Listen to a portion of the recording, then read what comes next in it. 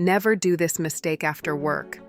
Your body goes home, but your mind stays behind. You're sitting on the couch, yet you're still thinking about that meeting, that email, that one conversation. Why? Because you closed your laptop, but you never switched off your mind. Your workday doesn't end when you leave the building. It ends when you let it go. Stress is like a shadow. The more attention you give it, the longer it follows you. You replay conversations.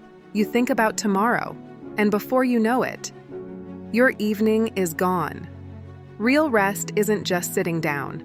It's having a quiet mind. If you're still thinking about work, you're still working, and you're not getting paid for it. Your evening belongs to you. Protect it. You can't get rid of stress by hoping it disappears. You have to tell your brain, the day is over.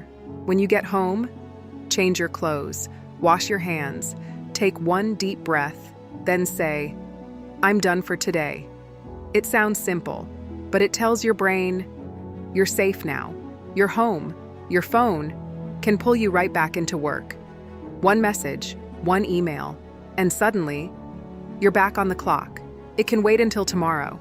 Put your phone away, turn off the notifications, give yourself a little silence. Try something with me. Drop your shoulders, take a slow breath in. 1, 2, 3. Now breathe out. Relax your jaw, unclench your hands. Notice where you are. You're not at work.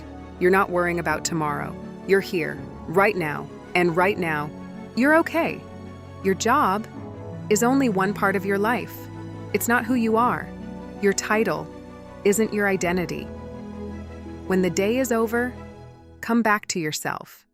You don't have to be productive every second. You don't have to fix everything tonight. You're allowed to rest.